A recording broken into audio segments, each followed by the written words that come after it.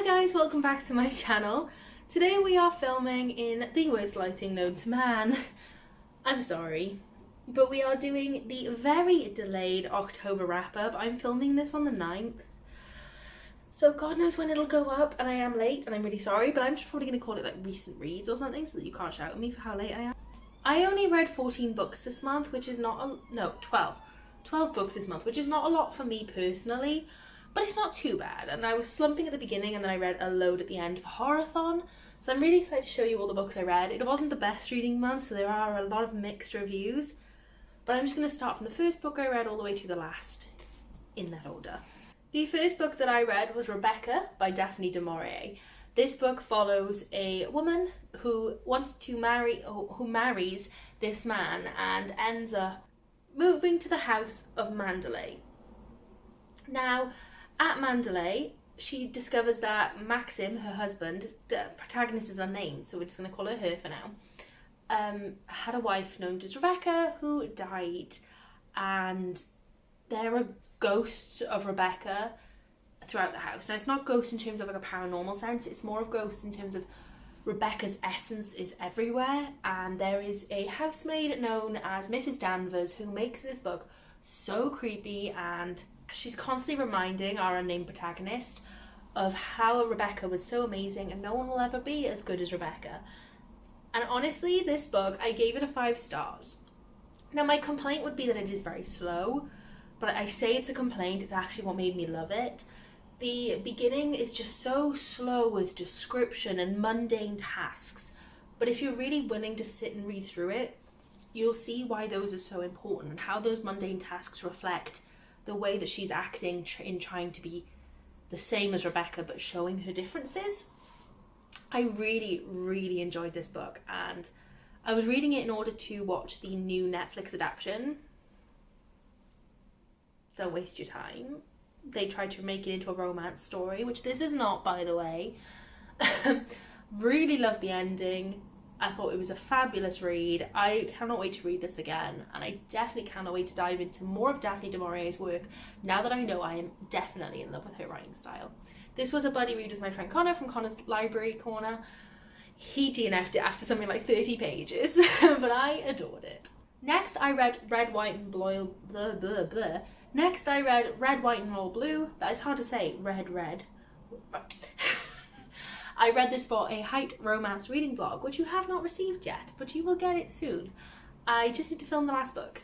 But this book follows the first son and the prince, and they basically hate each other. It's an enemies to lovers romance, and they end up having to become best friends for publicity.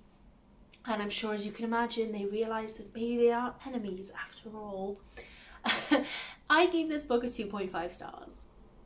Controversial, because this book is very well loved on BookTube, and I can understand why. I can completely understand. There were moments where I was like, so cute. There were other moments where I'm like, oh, that was really, really nice to read.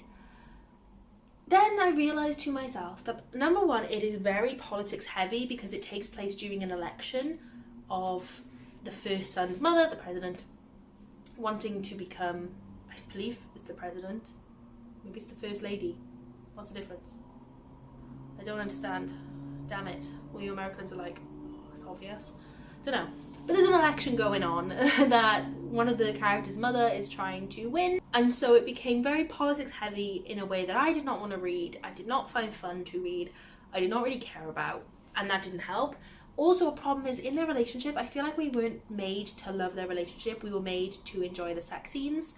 And oh my God, were there so many. Like, it got to the point where I was bored of the sex scenes. I did not want to read anymore. I couldn't read anymore. Please, someone stop it. It was every 5 pages.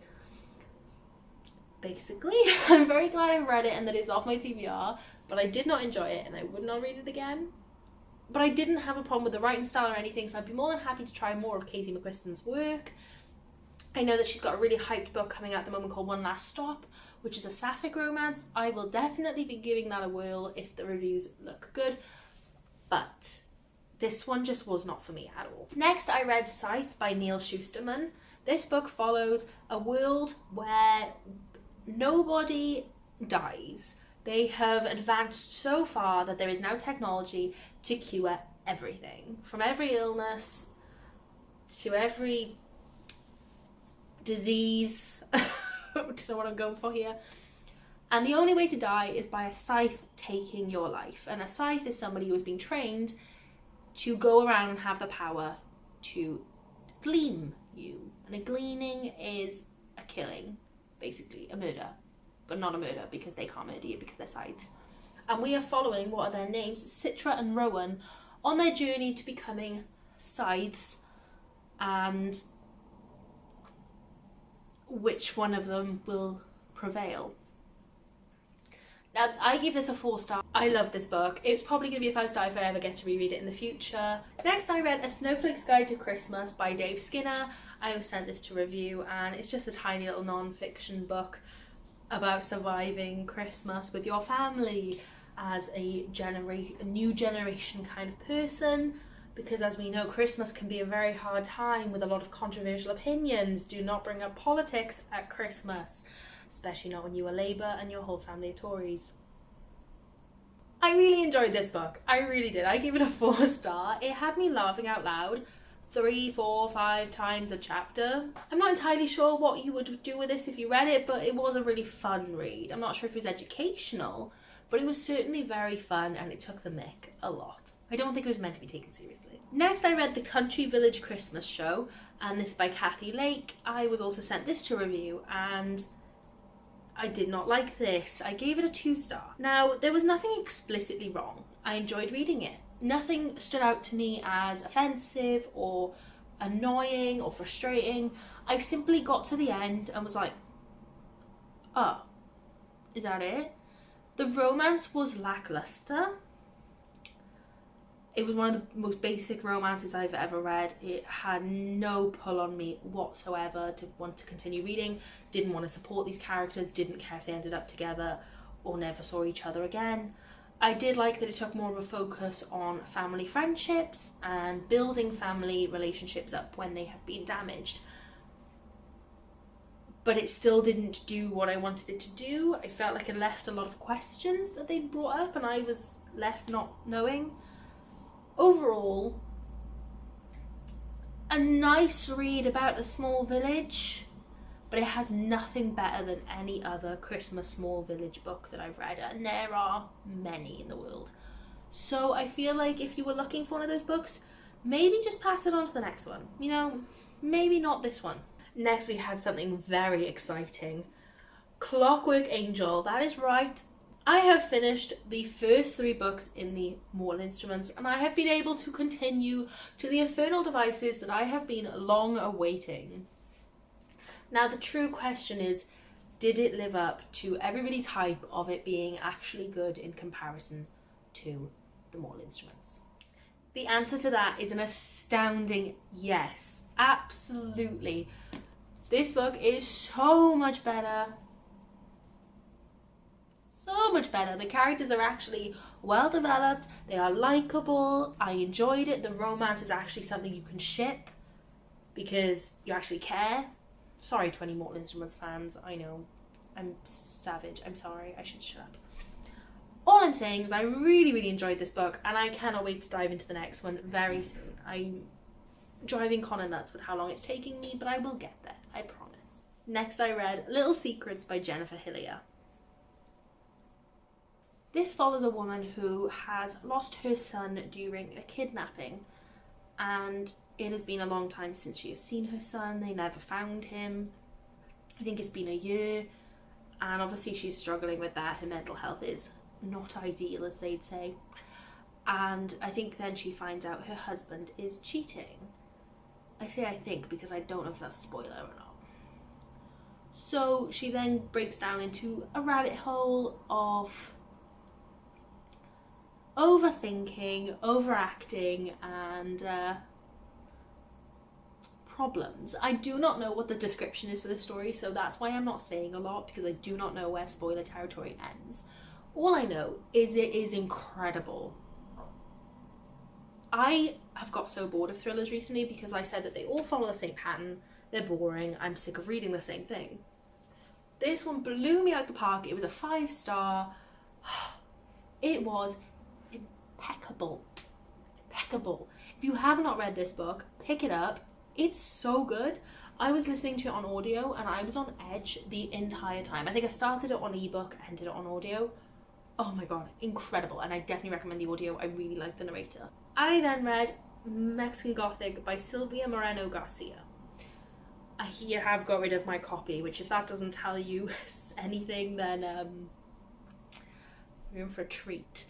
I was very excited for this book. It follows Noemi, who has found, or is sent a letter from her cousin saying that her husband is trying to kill her.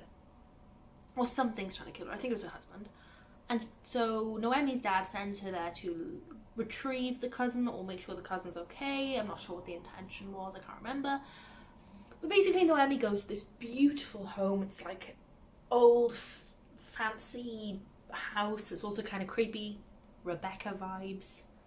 And when she gets there, the cousin claims that she actually had tuberculosis. I don't know what the word is. God damn, why am I like this? But that she has that instead, and she's actually just has moments of insanity, I think it was.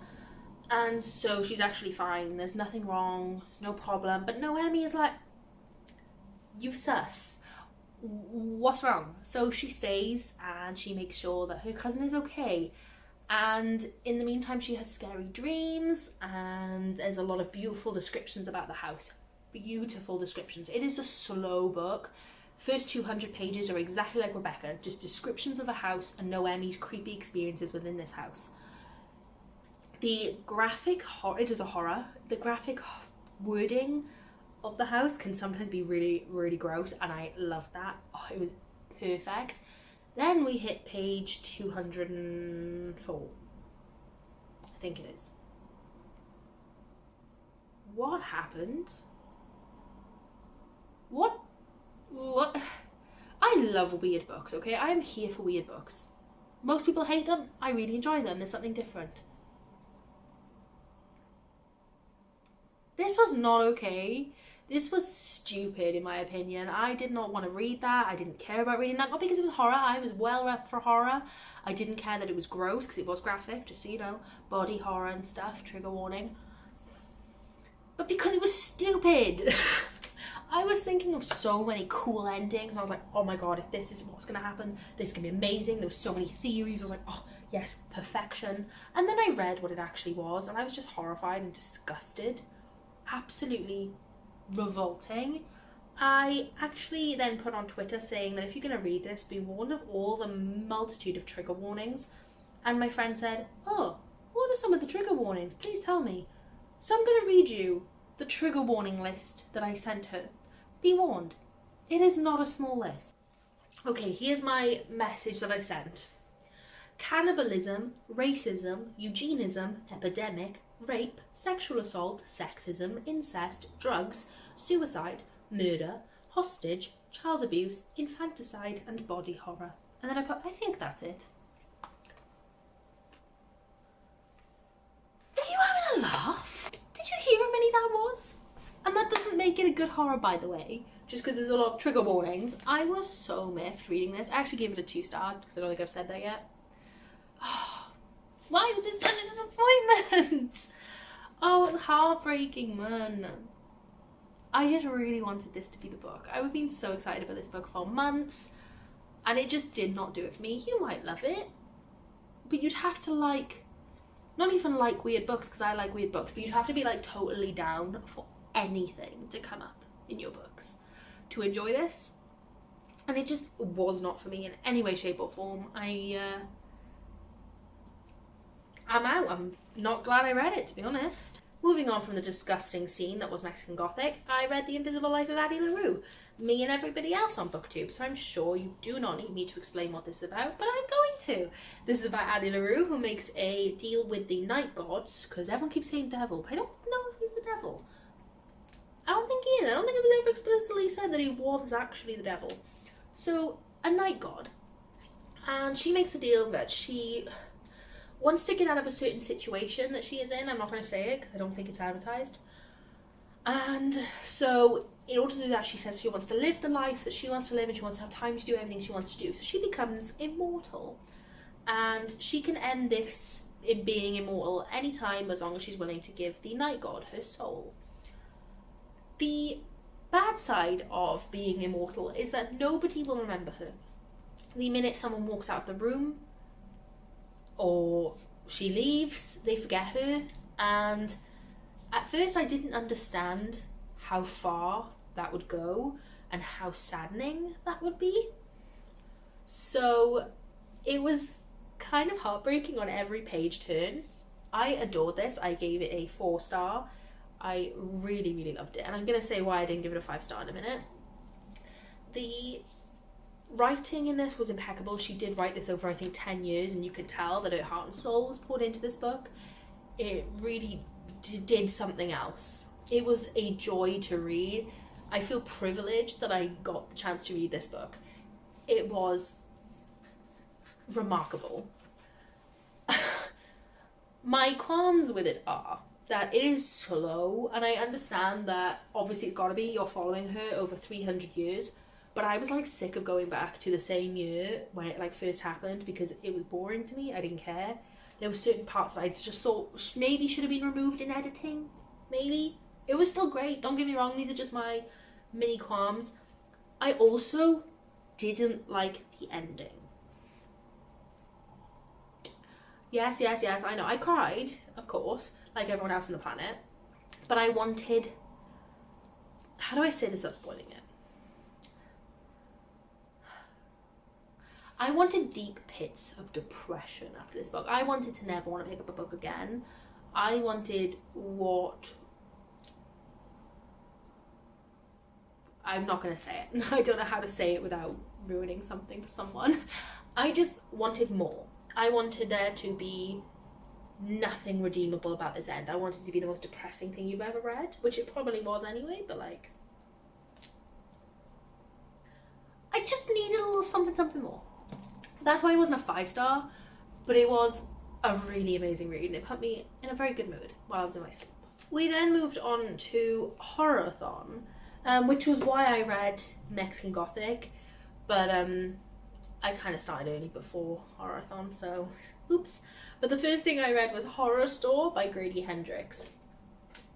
Now, I read 2 Grady Hendrix books during Horror-a-thon, but I read the Southern Book Club's Guide to Slaying Vampires, and I DNF'd it 100 and something pages from the end. Just didn't like it. It was kind of boring. This? What the hell? This was so scary that I could not go to the toilet. I was like, nah. I'm home alone, I'm not going to the toilet, this is terrifying. Absolutely not, I'm staying right on this couch. I turned my couch around so that I could face my whole room because I was like, if someone's coming up behind me, I'm going to see them first. Don't know what I'm going to do to fix it, but I'm going to see them. This was creepy. I gave this a 4-star, by the way. I know I haven't told you what it's about, but I'm doing it this way now. It basically follows an IKEA replica store, and employees have noticed that things are moving and breaking during the nights. So 2 staff members are asked to stay on and see if anything... No, 3. Yeah, 3 staff members are asked to stay on and see if anything spooky happens in the night. And let me tell you, it does. It's so scary. I absolutely adored the epilogue of this book. Adored. I don't think we will be getting a sequel. I'm pretty sure this was not made for a sequel. But I would pay Grady Hendrix every bit of money I have, which is not a lot, to make me a sequel of this, because I feel I need it. The next book that I read was Imaginary Friend by Stephen Chbosky. I have a lot to talk about here. This book follows a boy who goes missing in the woods for 6 days. And then suddenly he returns with absolutely no memory of where he has been, other than he keeps saying, "The nice man led me out." Now that he's come back, he's starting to hear voices and feel things and be a genius, because he was struggling with his reading and writing before, and now he knows pretty much anything. I want to say that this is a chonker of a book, okay? This is 700 and something pages. I adored it for the first 500. It was a 5-star for me. I have to put it down, it's so heavy. A 5-star for me. It was really, really something else. I loved where it was going. I loved the descriptions. I did think it was a bit long-winded. I don't think what I read in those 500 pages needs to be 500 pages at all. But it did mean that I was so invested in every character. I felt a love for them as if they were my own friends and family. My main problem was, without spoiling anything, the end. What I didn't realise is the last 200 pages, not the end, the last 200 pages turned it into complete Christian fiction, and I didn't know that's what this was. This is not advertised as Christian fiction, and it absolutely should be, because that's what it is. I don't read Christian fiction for a reason. I have no interest in reading it. It kind of ruined everything for me, because this amazing book with this amazing ending possibility turned to trash. In my opinion, complete trash. The last 200 pages were heartbreaking to read, and I couldn't wait to get it finished. I gave it a 3-star overall because the first 500 pages are a 5-star. The last 200 pages, for me, because I'm not into Christian fiction, was a complete 1-star, 0.5 star, if I can even do that, 0 star. So I'm averaging it out at a whopping 3. But I do think it is worth reading this because the writing is so lovely and I really enjoyed my reading experience until the end. So if you are interested in reading it, read it anyway. Just be warned what you're going into is kind of false expectations. And the final book that I read that month was Meddling Kids by Edgar Santero. This is basically a Scooby-Doo retelling, but as adults, so they're not the same names. But they found a mission and they unmasked the bad guy all these years ago, and it fast forwards to many a year later where one of them is dead. The other 3 and their dog decide to go back to where this mission was at the lake house because something doesn't feel right. And they think that their adult lives have been affected because of this mission. I don't even know what to say. All I know was this was awful. This was a 1.5 star. The writing is shocking. The dialogue switches from normal text speech to suddenly a script with no warning. It just does it. It's really, really strange. I've never seen anything like it ever, and there was no explanation for it. I hated the writing style with a passion. The story was shocking. The end reveal was shocking. So, ended the month awfully. Well, have you know that November so far has been a much better reading month. I am very happy with my reading month so far. I really, really hope that you enjoyed it, and if you did stick around to the end, then please leave me a balloon emoji, and I shall see you in my next video. Bye!